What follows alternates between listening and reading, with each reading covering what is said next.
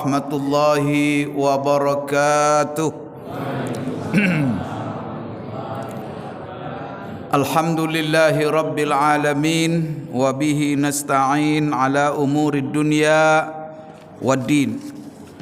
Wassalatu wassalamu ala ashrafil anbiya'i wal mursalin wa ala alihi wa ashabihi wattabi'ina lahum bi ihsanin ila yaumiddin. Amma ba'd. Allahumma 'allimna ma yanfa'una wanfa'na bima 'allamtana innaka antal alimul hakim. Rabbana zidna ilma warzuqna fahma. Allahumma inna nas'aluka ilman nafi'a wa rizqan tayyiba wa amalan salihan mutaqabbala. Allahumma ja'alna mimman yastami'una al-qawla fayattabi'una ahsanah. Allahumma ja'alna birahmatika fi ibadikas salihin. Bapak-bapak, ibu-ibu, wabil khusus ketua pengurus masjid dan seluruh jajaran pengurus, kaum muslimin, kaum muslimat, jemaah salat maghrib, hafizakumullah wa ra'akum. Alhamdulillah, tak henti-hentinya kita memuji Allah, bertasbih dan mengagungkannya. Apalagi kita sekarang berada pada hari-hari yang mulia, di bulan yang mulia, kerana kita sekarang Bapak Ibu berada pada bulan Zulqa'dah. Bulan Zulqa'dah ini Allah berikan, Allah tetapkan statusnya sebagai bulan-bulan haram. Di dalam Al-Quran Allah Subhanahu wa taala berfirman, "Inna 'iddatasy syuhuri 'indallahi 12 syahran fi kitabillah yauma khalaqas samawati wal arda minha arba'atun hurum.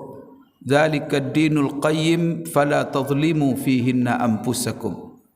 Sesungguhnya hitungan bulan dalam satu tahun di sisi Allah adalah 12 bulan.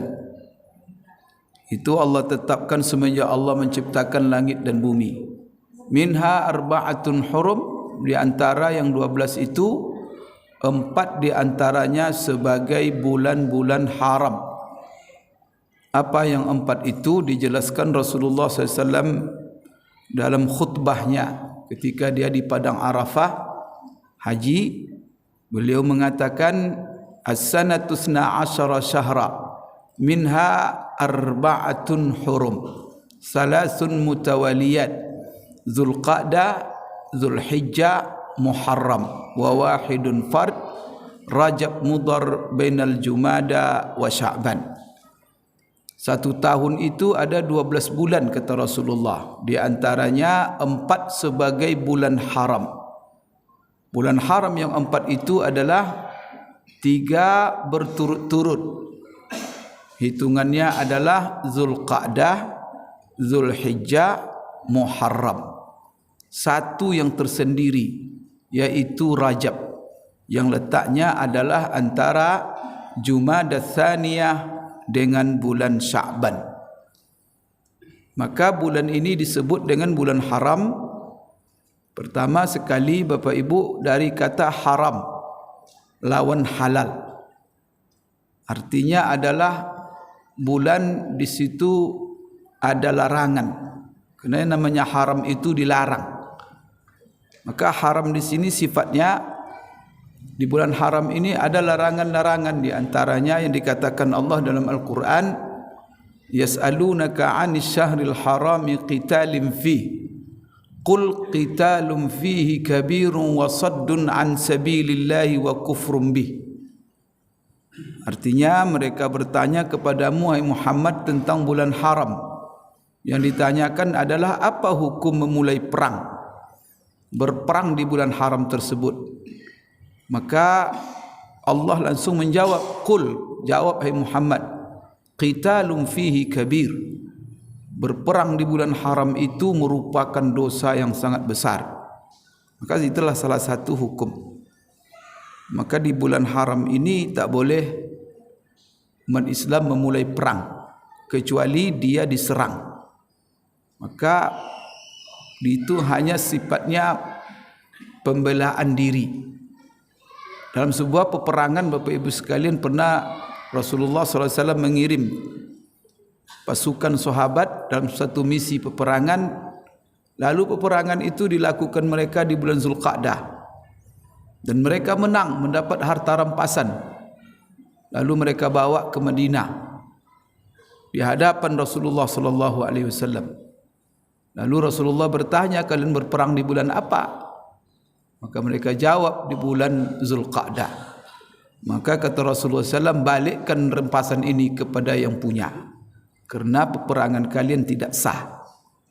Maka ini menunjukkan salah satu hukum daripada bulan haram-haram kita memulai peperangan. Kemudian Bapak Ibu sekalian, haram artinya di sini adalah sebagaimana yang Allah katakan, fala tazlimu fihinna anfusakum.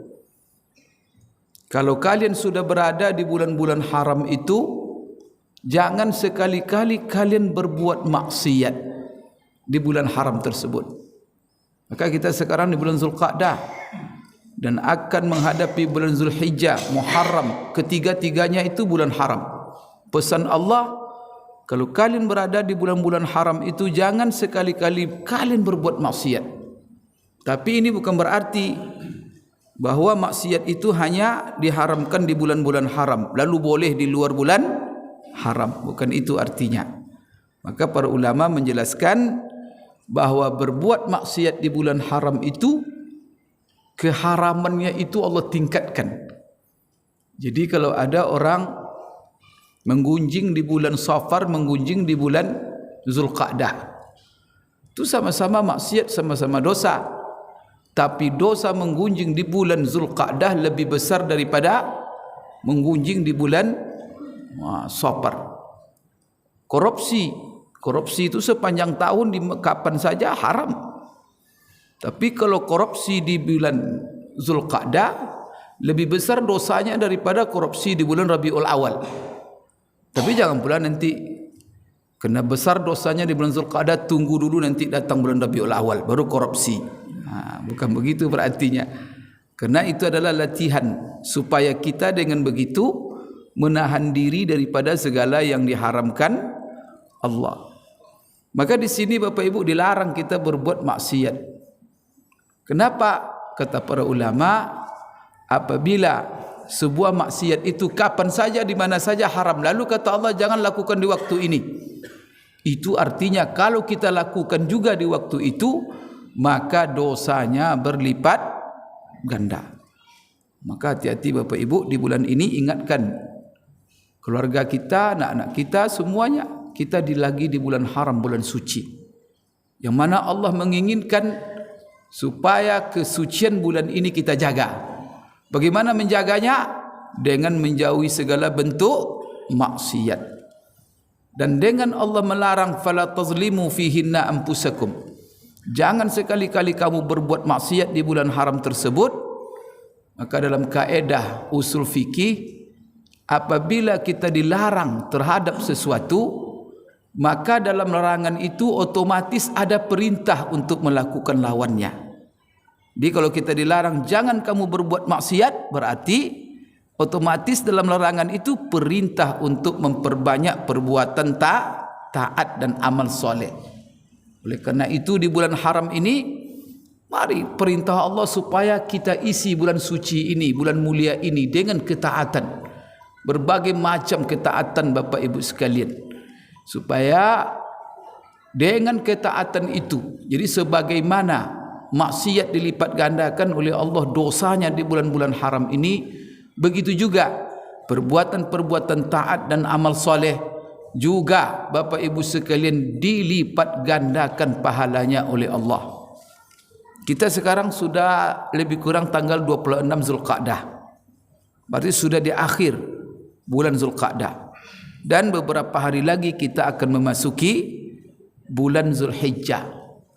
Jadi di antara tiga bulan haram yang berturut-turut tadi, Zulqa'dah, Zulhijjah, Muharram, ada lagi hari yang sangat istimewa di dalam bulan haram ini. Apa itu hari yang sangat istimewa? Yaitu 10 hari pertama bulan Zulhijjah. Kita akan masuk ni 10 hari pertama bulan Zulhijjah. Bapak Ibu ingat itu. Ada kata para ulama, disimpulkan daripada ayat-ayat Al-Quran dan hadis-hadis Rasulullah SAW. 2/10 yang sangat mulia. Apabila kita Allah berikan kesempatan hidup di 2/10 ini, berarti Allah menginginkan kebaikan yang tidak ada batasnya untuk kita. Tapi dengan catatan kalau kita pandai memanfaatkan dan menggunakannya. Karena kelemahan kita ini kadang-kadang sebagai orang Islam, Allah berikan peluang, Allah berikan kesempatan, tapi kesempatan itu kita tidak manfaatkan. Maka ada 2/10 Bapak Ibu sekalian. Yang pertama adalah 10 terakhir bulan Ramadan. Itu adalah 10 yang istimewa sepanjang tahun kita lalui. Dan di antara 10 itu ada satu malam yang sangat istimewa, namanya malam Lailatul Qadar. Yang kedua adalah 10 hari pertama bulan Zulhijjah. Sehingga saking mulianya 10 hari pertama bulan Zulhijjah ini, ulama berpolemik, mana yang lebih afdal, yang lebih istimewa, apakah 10 hari terakhir Ramadan atau 10 hari pertama bulan Zulhijjah? Sebagian ulama mengatakan 10 hari terakhir Ramadan lebih mulia daripada 10 hari pertama bulan Zulhijjah. Tapi banyak ulama yang mengatakan 10 hari pertama bulan Zulhijjah itu lebih utama daripada 10 hari terakhir Ramadan. Masing-masing menjelaskan dan mengungkapkan dalil dan argumennya. Namun Bapak Ibu sekalian, ada salah seorang ulama yang bernama Syekhul Islam Ibn Taymiyah. Beliau mencoba menggabungkan dua pendapat ini. Maka beliau katakan bahwa untuk siang hari sepanjang tahun, itu yang paling afdal siangnya adalah 10 hari pertama bulan Zulhijjah untuk siangnya. Jadi dia gabung dua pendapat ini. Sedangkan untuk malam yang paling istimewa sepanjang tahun yang kita lalui adalah 10 terakhir Ramadan. Memang Bapak Ibu, hari yang sangat, malam yang sangat istimewa pada 10 hari terakhir Ramadan itu malam, yaitu malam Lailatul Qadar. Kalau siang yang paling istimewa pada 10 hari pertama bulan Zulhijjah, siang apa? Siang hari Arafah. Di saat jemaah haji sedang melakukan wukuf di padang Arafah. Tanggal 9 saat wukuf, waktu wukuf itu adalah dimulai setelah tergelincir matahari tanggal 9 sampai terbenam matahari. Itulah saat yang sangat istimewa. Maka di sini siangnya, di sini malamnya. Tapi yang penting Bapak Ibu sekalian, 10 hari pertama bulan Zulhijjah yang akan kita hadapi ini, 10 terakhir Ramadan sudah lewat. Sekarang kita akan menghadapi 10 istimewa lagi. Jangan disia-siakan. Maka Bapak Ibu sekalian, Allah Subhanahu wa taala bersumpah dengan 10 hari pertama bulan Zulhijjah ini yang membuktikan bahwa 10 hari pertama bulan Zulhijjah ini istimewa. Di dalam surah Al-Fajr Allah berfirman, "Wal fajri wa layalin 'ashr wasy-syaf'i wal watr wal laili idza yasr." Apa artinya? Demi fajar dan demi 10 hari dan demi hari yang genap dan demi hari yang ganjil. Allah bersumpah begitu. Apa ini maksud dengan demi 10 hari? Maka ketika Allah mengatakan demi 10 hari, apa maksudnya? Maka kalau kita merujuk kepada kitab-kitab tafsir, di antaranya yang paling muktamad adalah tafsir Ibnu Katsir, Imam Ibnu Katsir. Maka beliau mengatakan dan menukil dari Abdullah Ibnu Abbas sebagai sahabat yang paling pakar di bidang tafsir Al-Quran. Beliau mengatakan yang dimaksud Allah demi 10 hari di sini adalah 10 hari pertama bulan Zulhijjah. Ulama Al-Quran atau ulama tafsir mengatakan apabila Allah menggunakan makhluknya sebagai alat sumpahnya, kan hari-hari itu kan makhluk Allah, ciptaan Allah, lalu Allah jadikan sebagai alat sumpahnya demi 10 hari. Dia menciptakan 10 hari itu, digunakannya pula alat sumpahnya. Itu artinya, kata para ulama, Allah ingin mengingatkan kepada kita, memberikan isyarat kepada kita bahwa yang Allah jadikan sebagai alat sumpahnya itu sangat-sangat penting arti dan maknanya bagi kehidupan kita orang-orang yang beriman. Maka jaga Bapak Ibu, bersumpah Allah dengan 10 hari pertama bulan Zulhijjah ini. Di dalam Al-Quran Allah perintahkan juga kepada kita dan bahkan orang-orang yang haji, untuk apa mereka salah satu perjalanan haji mereka itu? Supaya kata Allah 10 hari pertama bulan Zulhijjah itu diisi oleh mereka dengan memperbanyak zikir kepada Allah. Maka di dalam surah Al-Hajj Allah berfirman, wa azzin fin nasi bil hajji ya'tuka rijala wa ala kulli dhamirin ya'tina min kulli fajjin amiqa liyashhadu manafi'a lahum wa yadhkuru ismallahi fi ayyamin ma'lumat ala ma razaqahum min bahimatil an'am. Wa azzin fin nasi bil hajj. Hai Ibrahim, ini ayat ini berkenaan dengan kisah haji. Setelah Ibrahim alaihissalam diperintahkan oleh Allah membangun Ka'bah dengan putranya Ismail, lalu bangunan Ka'bah itu selesai dibangun, maka Allah perintahkan Ibrahim setelah itu, hai Ibrahim, kau naik ke Jabal Qubais, yaitu Bukit Qubais namanya, kerana Ka'bah itu berada di tengah-tengah lembah Bakkah, lembah Mekah. Di sekitar Ka'bah itu bukit-bukit. Bukit yang tertinggi namanya Jabal Qubais. Maka Allah Subhanahu wa taala perintahkan ke Ibrahim, naik kau kepada bukit yang tertinggi sana, ke Jabal Qubais. Dari situ kau panggil seluruh manusia untuk datang melaksanakan haji ke Baitullah ini. Maka kata Ibrahim ketika itu, ya Allah, bagaimana aku bisa memanggil seluruh manusia? Suaraku kecil ya Allah, tak akan didengar oleh mereka walaupun dari atas bukit itu. Kata Allah, Ibrahim, tugasmu hanya melaksanakan perintah. Masalah menyampaikan suara itu wewenangku, kata Allah. Maka tanpa ragu Ibrahim naik ke Jabal Qubais, lalu dia memanggil ayyuhan nas, innallaha qad iftarada alaikumul hajja fahujju. Hai seluruh manusia, sesungguhnya Allah telah mewajibkan kepada kamu haji ke Baitullah ini, maka hajilah kamu. Maka Allah katakan, panggil oleh kamu hai Ibrahim, ya'tuka rijala wa ala kulli dhamirin ya'tina min kulli fajjin amiq. Niscaya mereka akan datang memenuhi panggilan itu. Ada mereka yang datang dengan berjalan kaki, ada mereka yang datang dengan berbagai macam kenderaan, dan mereka berdatangan dari segala penjuru dunia yang jauh. Itulah kenyataannya. Maka semenjak Ibrahim mengumandangkan azan haji namanya itu, rupanya haji itu ada juga azannya. Tapi bukan bermakna Bapak Ibu orang yang berangkat haji kita azankan. Itu lain lagi itu. Kalau ini azan haji, Allah memanggil seluruh manusia lewat Nabi Ibrahim alaihissalam untuk haji. Dan apa yang disampaikan panggilan Ibrahim ini juga disampaikan oleh Rasulullah sallallahu alaihi wasallam.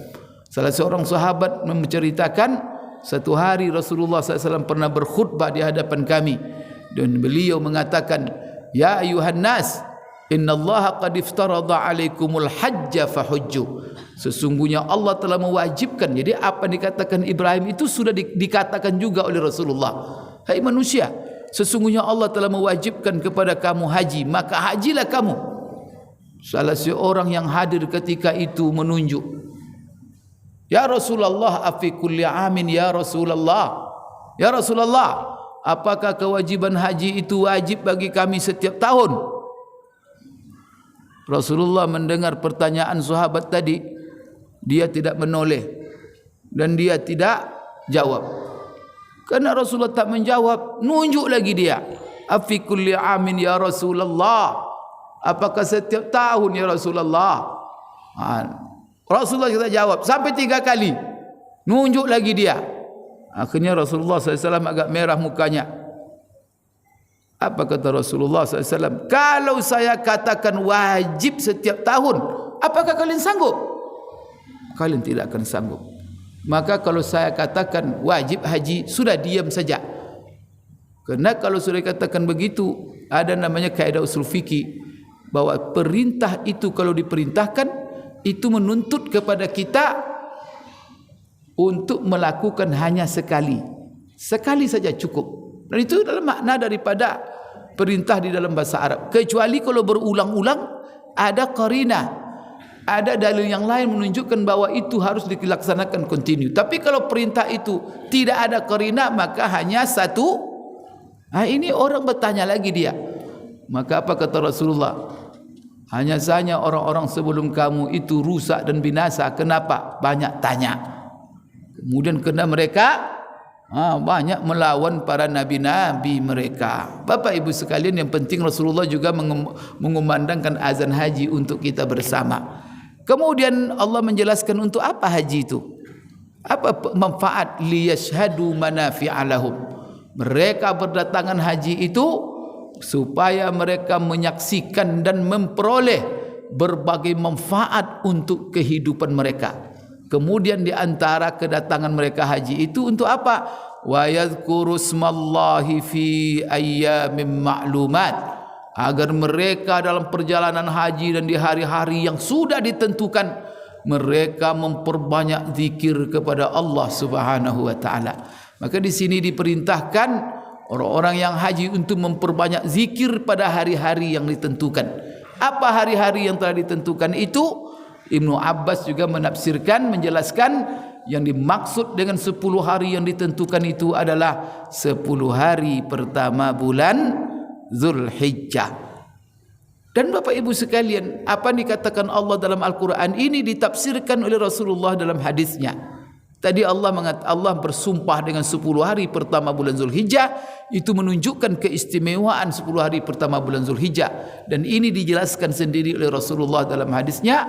Dalam hadis yang sahih Rasulullah SAW bersabda, "Ma min ayyamin al-amalu salihu fihin ahabbu ilallah min hadhil ayyamil ashar." Tidak ada hari-hari yang mana amal saleh paling dicintai oleh Allah, dilakukan oleh seorang manusia, seorang hamba, seperti amal saleh yang dilakukannya pada 10 hari pertama bulan Zulhijjah. Maka sepanjang tahun kita beramal soleh. Di mana letak amal soleh kita yang paling afdal dan paling istimewa Bapak Ibu sekalian? Itu adalah pada 10 hari pertama bulan Zulhijjah. Jadi Bapak Ibu, amal soleh ini kalau kita lakukan kadang-kadang amalnya sama Pak. Solat sunat 2 rakaat sama. Atau solat sunat kita 1 malam sama. Tapi berapa kadar pahalanya? Tergantung. Kapan dilakukan? Di mana dilakukan, di waktu apa dilakukan, dan di saat apa dilakukan. Bapak Ibu sekalian, ini semuanya menentukan. Maka umpamanya orang, kalau kita malam nanti kita menghidupkan qiyamul lail, ya sudah, 1 malam itu cuma pahalanya semalam juga. Tapi kalau ada orang menghidupkan malamnya 1 malam Lailatul Qadar, 1 malam Lailatul Qadar itu sama artinya beribadah selama 83 tahun 4 bulan siang dan malam tanpa putus semalam itu. Maka itulah sebabnya perlu kita mengenal namanya wazifatul waqti, yaitu fungsi waktu. Karena Bapak Ibu ya, yang menciptakan waktu itu Allah, yang menghendaki kita hidup dengan waktu adalah Allah. Maka ketika kita setiap saat kita diatur oleh Allah jadwal-jadwal, maka kita ini lahir, kita ke dunia ini jadwal kita sudah ada oleh Allah. Maka ini kenapa Bapak Ibu solat maghrib tadi, itu jadwal kita. Terbenam matahari, jadwalnya ke mana? Solat masjid. Nanti subuh ada jadwalnya. Apa jadwalnya? Solat subuh pula. Itu siapa jadwal itu? Siapa yang buat itu? Kita yang buat. Allah yang buat. Kita ini sudah dijadwalkan, maka kita tahu apa jadwal kita oleh Allah. Maka jangan kita membuat jadwal kita, ikuti jadwal Allah dulu supaya hidup kita selamat. Sekarang Bapak Ibu sekalian, kita di bulan Zulqa'dah, nanti akan menghadapi 10 Zulhijjah. Itu jadwal-jadwal waktu istimewa. Maka tidak sama solat sunat pada 10 hari pertama Zulhijjah dengan solat sunat di hari-hari biasa. Maka kalau kita ingin, maka perbanyak amal soleh, karena di situ itulah amal soleh yang paling dicintai oleh Allah Subhanahu wa taala kita lakukan. Maka salah satu amal soleh, insyaAllah ini saya ingatkan kita, diri saya Bapak Ibu, salah satu amal soleh yang Rasulullah tegaskan dan juga Allah tegaskan untuk 10 hari pertama bulan Zulhijjah, yaitu memperbanyak zikir. Rasulullah SAW mengatakan, fa'aksiru fihinna bitasbih wat tahlil wat takbir wat tahmid. Perbanyak oleh kamu di hari 10 pertama bulan Zulhijjah itu bertasbih, bertahlil, tahmid, dan Bapak Ibu sekalian seluruh zikir-zikir itu disuruh kita memperbanyak zikir. Dan salah satunya Bapak Ibu sekalian, kalau nanti masuk 10 hari pertama bulan Zulhijjah, maka mari kita melaksanakan ibadah puasa. Karena amal soleh yang paling afdal di 10 hari pertama bulan Zulhijjah, amal soleh yang paling afdal itu adalah amal soleh puasa sunat. Di antara puasa sunat, dalam satu riwayat yang selalu dilakukan Rasulullah dan tidak pernah dilakukan Rasulullah adalah puasa sunat pada 9 hari pertama bulan Zulhijjah. Ada 3 puasa yang tidak pernah ditinggalkan Rasulullah. Pertama, puasa 9 hari pertama bulan Zulhijjah. Yang kedua, puasa 3 hari setiap bulan. Yang ketiga, puasa Asyura. Maka di situ tis'a itu 9, dari 1 sampai 9. Maka itu disunatkan. Kalau tidak bisa juga Bapak Ibu sekalian, Yaumat Tasi', yaitu hari ke-9, hari Arafah, puasa hari Arafah, yang mana keutamaannya kata Rasulullah SAW bisa menghapuskan dosa seorang hamba setahun yang telah lalu dan setahun yang akan datang. Maka jangan lupa kita. Salah satunya Bapak Ibu, puasa dari tanggal 1 sampai tanggal 9. Kenapa puasa ini adalah ibadah yang paling utama? Karena Bapak Ibu ada 2 sisi daripada puasa ini, atau 3 sisi. Pertama, pahala puasa itu besar. Rasulullah mengatakan, menukil sebagaimana dalam hadis qudsi, Allah berfirman, fa innahu li wa ana ajzi bihi. Kalau ibadah puasa, seluruh ibadah Ibnu Adam untuknya, kecuali puasa kata Allah, maka puasa itu untukku. Wa ana ajzi bihi, saya yang akan menentukan beberapa balasannya, besar balasannya. Ini menunjukkan bahwa ibadah puasa abdul. Kedua, bahwa dengan ibadah puasa tadi dilarang kita di bulan-bulan haram ini berbuat maksiat. Salah satu ibadah puasa yang membentengi dan menjadi perisai bagi kita daripada berbuat maksiat Bapak Ibu sekalian adalah ibadah puasa. Maka kalau orang puasa, maka nafsunya bisa dia tekan, sehingga kalau orang puasa itu cenderung berbuat taat. Kan tidak mungkin Pak orang puasa setelah itu mencuri, tidak mungkin. Kemudian orang puasa, apalagi puasa itu kan maknanya menahan diri daripada makan, menahan diri daripada minum, menahan diri daripada menggauli istri. Coba bayangkan, padahal makanan yang kita tahan itu makanan yang halal di rumah kita, rezeki halal. Minuman yang kita tahan itu minuman yang halal. Istri yang tidak kita dekati itu istri yang Kalau puasa tidak kita dekati, kalau kita dekati batal puasa kita. Artinya apa? Kalau yang halal-halal saja kita tahan, masa yang haram kita kan ironis itu. Umpamanya apa? Makanan di rumahnya yang halal tak dimakannya, punya orang dicurinya, kan tidak itu. Istri yang halal di rumahnya tidak didekatinya, istri orang, astagfirullah.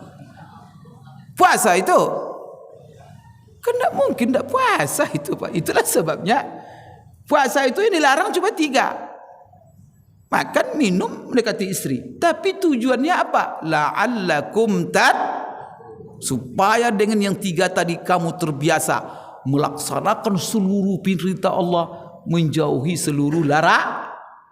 Kalau tidak ada, maka gitulah puasa itu benteng.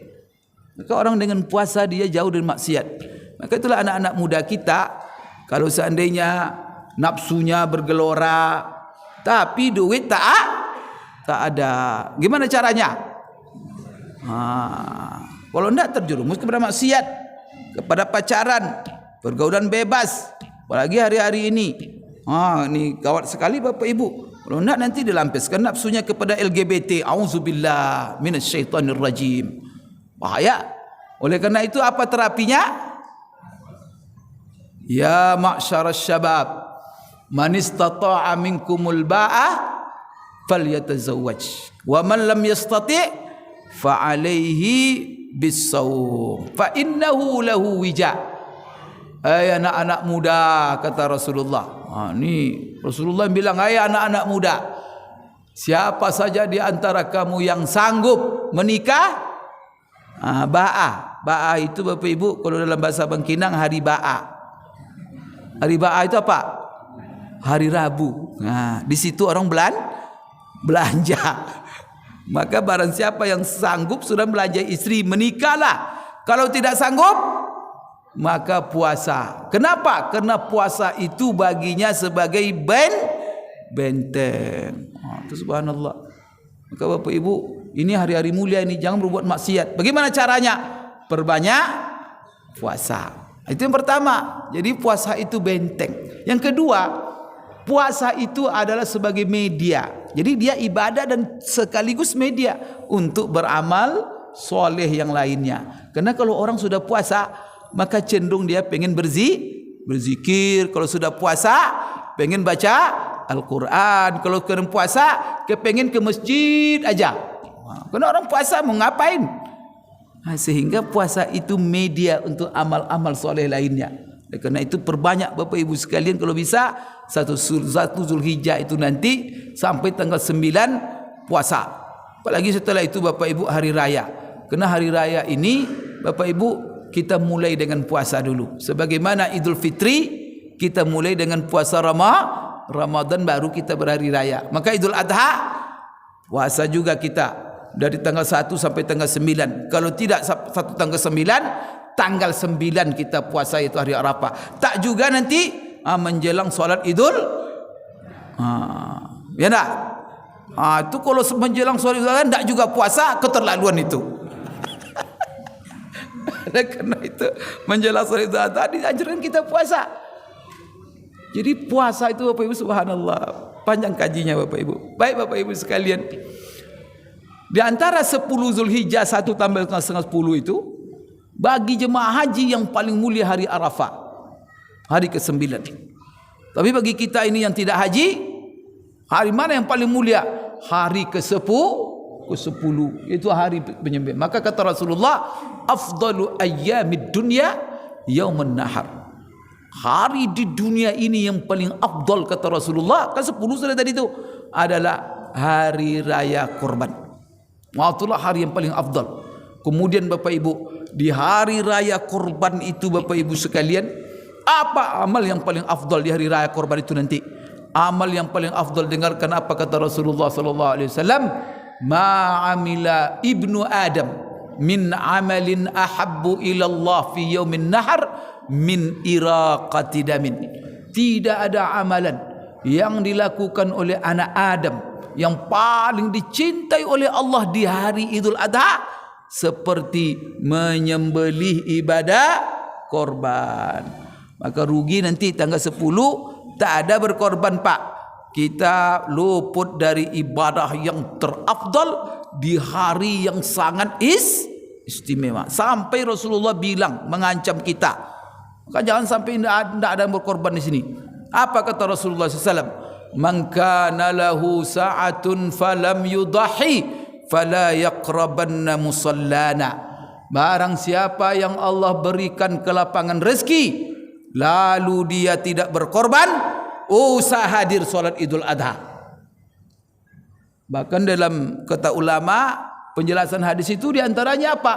Barang siapa yang diberikan kelapangan rezeki pada hari Idul Adha dan hari tasyrik, 3 tasyrik setelahnya, lalu dia tidak berkorban, tidak ada gunanya dia solat Idul Adha. Itu ancaman Rasulullah SAW. Sehingga dari hadis ini, salah seorang imam yang 4 yang bernama, yang dikenal dengan Imam Abu Hanifah, itulah imam dari mazhab Hanafi, yang mana penduduk yang banyak umat Islam di situ di mana? Di Pakistan, di India, di Turki. Itu Bapak Ibu, itu Hanafi mazhabnya. Imam Abu Hanifah mengatakan, bahwa berkorban itu bagi orang yang sanggup wajib. Kalau tidak dia berdosa. Apa Pak Ustaz ukuran sanggupnya? Apabila dia di hari Idul Adha itu memiliki 1 nisab zakat harta. Jadi kalau bapak punya kekayaan, punya uang 1 nisab jumlahnya, 1 nisab diantaranya standarnya apa? Emas. Emas itu zakatnya berapa nisabnya? 85 gram. 85 gram emas. Maka barang siapa bapak ibu punya 85 gram emas di hari raya Idul Adha, menurut Imam Abu Hanifah wajib berkorban minimal 1 ekor kambing. Kalau tak berkorban dia berdosa. Itu kata Imam Abu Hanifah. Kalau tak punya emas 85 gram, lihat deposito kita. Atau punya uang senilai simpanan senilai 85 gram emas. Ibu-ibu, berapa uang 85 gram emas sekarang? 1 gram berapa sekarang? 1 juta. 1 juta lah lebih kurang. Berarti bapak-bapak tolong lihat deposito nanti hari Idul Adha. Kalau deposito bapak ada 85 juta, maka menurut Imam Abu Hanifah wajib berkorban. Kalau tidak berdosa. Itu kata Imam Abu Hanifah. Bapak ibu sekalian, kemudian juga dari mana Imam Abu Hanifah mengatakan wajib korban itu? Yaitu dari perintah Allah Subhanahu wa taala yang terdapat dalam surat yang paling pendek dalam Al-Quran. Apa surat yang paling pendek? Surat Al-Kautsar. Inna a'tainakal kautsar fasalli li rabbika wanhar inna syani'aka huwal abtar. Saya mau tanya Bapak Ibu, siapa yang tidak hafal surah Al-Kautsar di sini? Nunjuk. Ada? Tidak ada kan? Hafal semua? Saya yakin hafal semua ini. Bahkan surat ini menjadi surat langganan. Saya tahu ini ada 2 surat langganan Bapak Ibu. Pertama Inna A'taina, yang kedua Qul huwallahu ahad. Kenapa ini menjadi 2 surat langganan ini? Kenapa Bapak Ibu? Karena pendek. Terus apa hubungan dengan pendek? Supaya cepat selesai. Astaghfirullahalazim. Salat mau cepat-cepat. Tapi kalau duduk di warung mau lama-lama, ini terbalik ini. Nonton TV berjam-jam. Kalau solat inna atai. Sebenarnya kalau bapak ibu baca inna ataina terus qul huwallahu, enggak masalah. Tapi alasannya tepat. Karena pernah terjadi di zaman Rasulullah SAW, seorang sahabat dia imam. Jadi setiap dia jadi imam setelah Fatihah ayatnya selalu qul huwallahu. Qul huwallahu ahad. Dan itu bukan rakaat pertama, setiap rakaat. Rakaat pertama qul huwallahu ahad. Rakaat kedua setelah Fatihah qul huwallahu ahad. Dan itu setiap solat. Kira-kira kalau imam Masjid Firdaus ini qul huwallahu saja ayatnya, kira-kira gimana? Saya kira 3 hari diberhentikan langsung dia. Maka imam ini diadukan dia kepada Rasulullah sallallahu alaihi wasallam karena suratnya selalu qul huwallahu ahad. Ya Rasulullah, kami punya imam qul huwallahu terus. Sudah, panggil dia ke sini. Panggil sini. Maka dipanggillah sahabat itu ke hadapan Rasulullah SAW. Benar. Kamu kalau salat qul huwallahu terus ayatnya. Benar ya Rasulullah. Kenapa kamu baca qul huwallahu terus? Apakah kamu tak hafal surat lain? Hafal ya Rasulullah. Itu kenapa qul huwallahu terus? Ya Rasulullah, saya sangat mencintainya ya Rasulullah.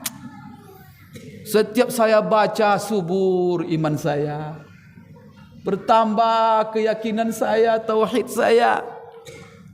Kalau begitu kata Rasulullah, gasaklah. Kan begitulah bahasa kita itu. Maka kata Rasulullah, anta ma'ama tuhib. Kalau begitu silakan kau melakukan apa yang kau tapi cinta. Tapi kalau sempat bapak dipanggil bapak ibu-ibu oleh Rasulullah, kenapa inna ataina terus ayat kamu? Apa jawab bapak ibu? Kalau bapak ibu menjawab, ya Rasulullah, Karena surat itu mendorong saya berkorban. Kepengen saya berkorban tiap hari ya Rasulullah. Oleh karena itu dan mengingatkan supaya setiap Idul Adha saya berkorban. Maka itu saya baca terus surat itu. Mungkin Rasulullah bilang apa? Kalau begitu tidak ada masalah. Tapi kalau dijawab karena saya mau cepat-cepat selesai solat, kira-kira gimana itu Pak? Ini yang lebih lucu lagi. Setiap solat ayatnya inna a'tainakal kautsar, tak pernah berkorban tiap tahun. Astagfirullahaladzim. Ayatnya inna a'taina tapi tak berkorban. Karena Bapak Ibu, itu artinya kan begitu. Sesungguhnya kami telah menganugerahkan kepadamu nikmat yang sangat banyak. Oleh karena itu di hadapan nikmat itu bersyukur. Bagaimana kamu mensyukuri nikmat Allah itu? Dua kata Allah. Pertama, perbanyak solat, fasalli, solat karena Allah. Mantapkan solatmu karena Tuhanmu. Ikhlas. Yang kedua, wanhar, berkorbanlah karena Tuhanmu dan untuk Tuhanmu. Bapak Ibu sekalian yang dimuliakan Allah. Sudah masuk waktu Isya? 3 menit lagi. Ya Allah, saya mau menjawab pertanyaan ini. Baik, saya tahu letak pertanyaan ini Bapak Ibu sekalian. Mohon tanggapan Ustaz terkait dengan adab dalam berjamaah. Saat solat berjamaah ada satu orang makmum yang bacaan rukuk dan sujudnya agak keras sehingga jemaah di sebelahnya merasa terganggu. Tidak boleh mengganggu orang yang solat. Maka Bapak Ibu sekalian, kalau mengganggu, menyakiti, bisa berdosa kita. Oleh karena itu kita hanya membaca sekedar kita perdengarkan saja ke telinga kita. Kalau tidak didengarkan, kita merasakan gerak lidah, tapi jangan sampai tak dibaca. Kalau ada bapak solat tidak sah solatnya. Kenapa? Dibaca Fatihah dalam hati Pak Ustaz katanya. Kenapa dibaca? Baca itu dengan lisan. Maka kata Imam Nawawi, siapa yang berzikir tidak digerakkannya lidahnya, itu tidak berzikir namanya. Belum namanya berzikir. Maka kalau dibaca Subhana Rabbiyal Azimi dalam latih aja, itu tidak belum berzikir, tak dapat pahala dia. Jadi di sini tidak dibolehkan dan ini melanggar adab solat dan dikhawatirkan berdosa dia kerana menyakiti dan mengganggu. Maka Bapak Ibu sekalian, membaca Quran dalam masjid kuat-kuat Rasulullah pernah larang. Sahabat baca Quran kuat-kuat, padahal yang lain ada solat, yang lain juga membaca Quran. Maka Rasulullah langsung larang. Tidak boleh Bapak Ibu mengangkat suara dalam masjid ini kecuali apa? Pertama imam, kedua muazzin, ketiga ustaz penceramah. Ini. Maka sekarang ini kalau ada Bapak solat sini ya, ustaz, saya solat, stop dulu. Boleh? Solat aja, saya ceramah terus. Kenapa? Ilmu itu penting. Maka sampai apa? Solat pun Bapak tak masalah. Begitulah pentingnya ilmu dalam. Maka ustaz yang boleh ceramah, yang menguatkan suara untuk menjelis ilmu, walaupun orang solat sunat, silakan aja. Tapi kalau yang lain-lain tak boleh baca Quran, orang solat sunat, stop. Artinya apa? Kecilkan. Ada di antara jemaah yang solat di masjid membawa sajadah sehingga membuat jarak dengan jemaah di kiri dan kanan yang renggang. Kerana kalau dirapatkan, Bapak Ibu, ada kalau sudah ada karpet begini, ada fatwa ulama makruh hukumnya kita bawa sajadah lagi. Karena itu Pak, menimbulkan penyakit was-was. Ya enggak? Tahu was-was? Itu menganggap karpet ini tidak itu bahaya, setan masuk nanti. Nanti Bapak bisa berwuduk 1 bak nanti.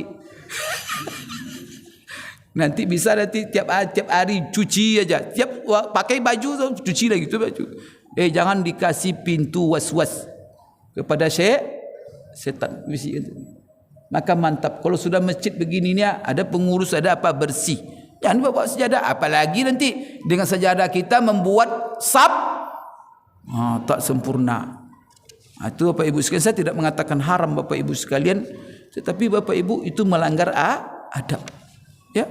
Wallahu a'lam bishawab. Ada di antara ini banyak di antara jemaah yang rajin mengikuti wirid pengajian, bahkan sampai bersafari ke masjid-masjid, namun masih sering berghibah, dan ada juga yang tak hilang sifat praduga kepada sesama jemaah. Tak jarang terjadi mengakibat perselisihan. Berarti dia bukan taklim ini Bapak Ibu, pesiar-pesiar dia itu namanya. Ya, kaji itu kan untuk diamalkan. Maka orang yang mengaji tidak mengaji beda. Berarti apa? Dia tidak menghayati Bapak Ibu. Kalau ghibah saja kerjanya, la ilaha illallah. Tapi saya tidak mengatakan pula kalau kan kamu ghibah jangan mengaji, tak pula begitu. Berarti dia belum bermanfaat pengajian itu dalam kehidupannya. Allah menginginkan kita solat, kita mengaji supaya apa? Ilmu itu dipraktekkan. Ibadah itu berpengaruh, berkesan kepada pri kehidupan kita. Wallahu alam. Terkait dengan upah daging kepada jemaah masjid, masyarakat yang ikut dalam kegiatan pemotongan, satu lagi Pak ya, sebentar sabar. Isya ini diundur kalau untuk ilmu tidak ada masalah Pak. Terkait dengan upah daging kepada jemaah masjid yang ikut dalam kegiatan pemotongan hewan kurban, bagaimana yang sebaiknya dan tidak menyalahi syariah? Karena umumnya motivasi masyarakat ikut bekerja mengharapkan mendapatkan daging korban. Jika tak berikan daging kepada tersebut, dikhawatirkan tak ada masyarakat yang ikut dalam penyelenggaraan pemotongan korban. Bapak Ibu sekalian, ini yang salah niat namanya itu. Ini panitia yang salah niat. Kita ini kan Bapak Ibu, inna salati wa nusuki wa mahyaya wa mati lillahi rabbil alamin, bukan untuk daging, untuk Allah. Maka ikhlaskan niat, besar pahala menjadi panitia korban ini Pak. Maka saya apresiasi itu panitia korban itu, karena kita kalau menunjukkan kebaikan kepada orang lalu diamalkan dapat kita pahala aja. Apalagi kita laksanakan sendiri, atau dirusak cuma cari daging 1 kilo 2 kilo. Ya, jangan dijual itu Pak, akhirat dengan dunia yang sedikit itu. Maka saya menghimbau kepada panitia, ikhlaskan niat, kemudian laksanakan dengan penuh tanggung jawab dan amanah, penuh dengan kejujuran dan transparan. Karena ada panitia tak jujur, sudah dipotong daging itu, disembunyikan kepalanya, disembunyikan pahanya, disembunyikan. Itu kalau dalam bahasa Bangkinang pencilok namanya itu. Bukan panitia. La ilaha illallah. Panitia Bapak Ibu jujur, tanggung jawab, jangan itu kan ibadah orang. Kita kan cuma wakil melaksanakannya. Kemudian apa? Itu amanah, niatkan kerana Allah. Allahu Akbar. Walaupun tak dapat apa-apa. Kalau dia minta upah, tak boleh upah dari daging. Ijma' ulama sepakat. Tidak boleh mengambil upah dari kerja, dari kepanitiaan, dari daging korban. Karena hewan itu kalau sudah kita peruntukkan, niatkan untuk korban, berarti kita sudah serahkan kepada Allah. Allah yang mengatur. Maka dalam Quran bagaimana aturan Allah? Fakulu minha wa at'imul qani'a wal mu'tar. Makan sebagian, kemudian beri makan orang lain. Artinya apa? Semuanya dibagi dan sebagian kecil dimakan. Tak boleh menjadi upah. Apa dasarnya juga? Dasarnya Rasulullah SAW ketika berkorban akhir hayatnya berkorban dengan 100 ekor onta Bapak Ibu sekalian. Lalu Bapak Ibu disuruh Ali bin Abi Thalib menyembelih yang sisa. Dia menyembelih 63 ekor. Lalu apa kata kepada Ali? Ali, seluruh daging bagian dari hewan ini semuanya kau bagi. Ini para pekerja, jangan kamu kasih sedikit pun dari bagian daging ini, walaupun dari kulitnya. Nanti upah mereka dari saya. Maka solusinya apa? Kalau panitia pun minta upahnya jangan dari daging, tetapi dari uang operasional. Maka dikutip punya 3 juta, 2.500.000 beli hewan korban, 500 biaya operasional. Salah satu item dari biaya operasional upah itu bagusnya. Oh, kami mah tidak enak kalau menerima uang Pak Ustaz. Uang Pak, saya pengen daging. Ya sudah, yang seharusnya upah tadi beli daging, beli sapi nanti. Tapi sapi itu bukan sapi korban dan tidak terikat dengan umur, sapi kecil saja nanti sembeli. Makan dagingnya tidak masalah, bagi-bagi. Banyak solusinya Pak. Kenapa harus yang dilanggar itu juga, yang dilarang itu juga yang diambil? Jadi tak boleh ada namanya kupon khusus tolong di stop itu. Berhentilah sudah. Dilarang itu oleh Rasul, sepakat ulama mengatakan tak boleh. Itu dapat saya sampaikan kerana sudah waktu azan. InsyaAllah kita sambung pada lain kesempatan Bapak Ibu. Aku qouli hadza wa astaghfirullah li wa lakum. Subhanakallahumma rabbana wa bihamdik asyhadu an la ilaha illa anta astaghfiruka wa atubu ilaik. Wabillahi taufiq wal hidayah. Assalamualaikum warahmatullahi wabarakatuh.